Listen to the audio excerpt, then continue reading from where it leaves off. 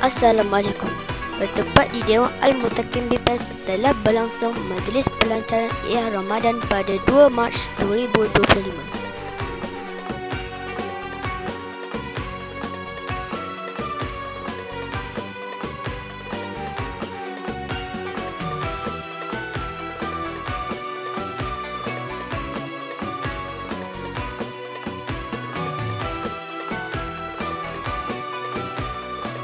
Majlis ini telah disempurnakan oleh Tuan Guru Besar Encik Zaharuddin yang dalam ucapannya menekankan kepentingan menjadikan bulan Ramadan ini sebagai medan untuk meningkatkan ketakwaan, berakhlak mulia serta mengamalkan budaya ilmu.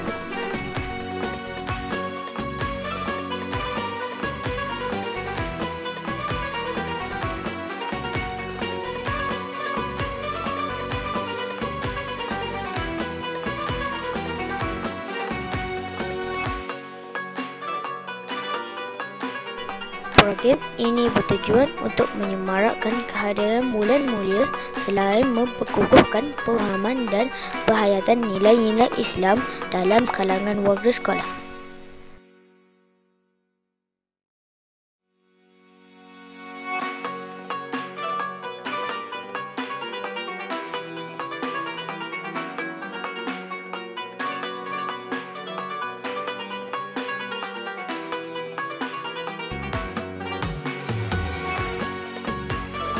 Majlis turut diserikan dengan bacaan doa, persembahan nasyid serta tayangan video khas mengenai keistimewaan bulan Ramadan dan kepentingan bahasa Arab sebagai bahasa Al-Quran.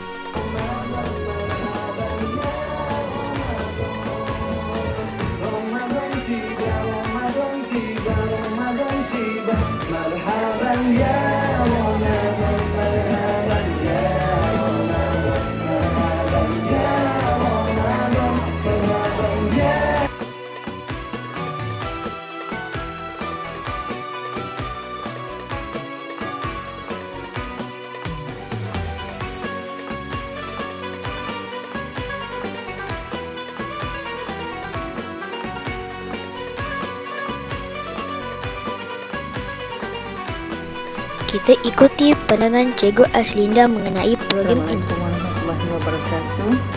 Selaku guru, saya berharap program Ihya Ramadan ini membantu murid dalam meningkatkan sahsiah diri serta mengimarahkan lagi bulan Ramadan.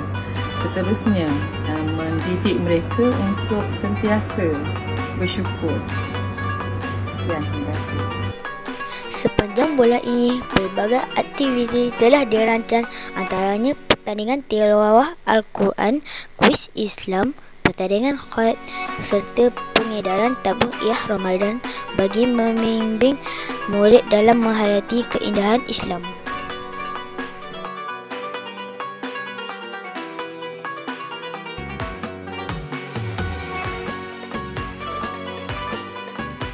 Bagaimana perasaan Zara menyertai program ini?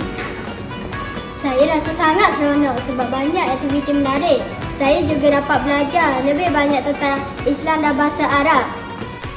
Semoga program ini berjaya mencapai matlamatnya dalam membentuk generasi berakhlak dan berilmu. Dari SK Bukit Petiti, saya Wan Aizat Ryan bin Wan Aidi Syahri melaporkan untuk BPAS TV.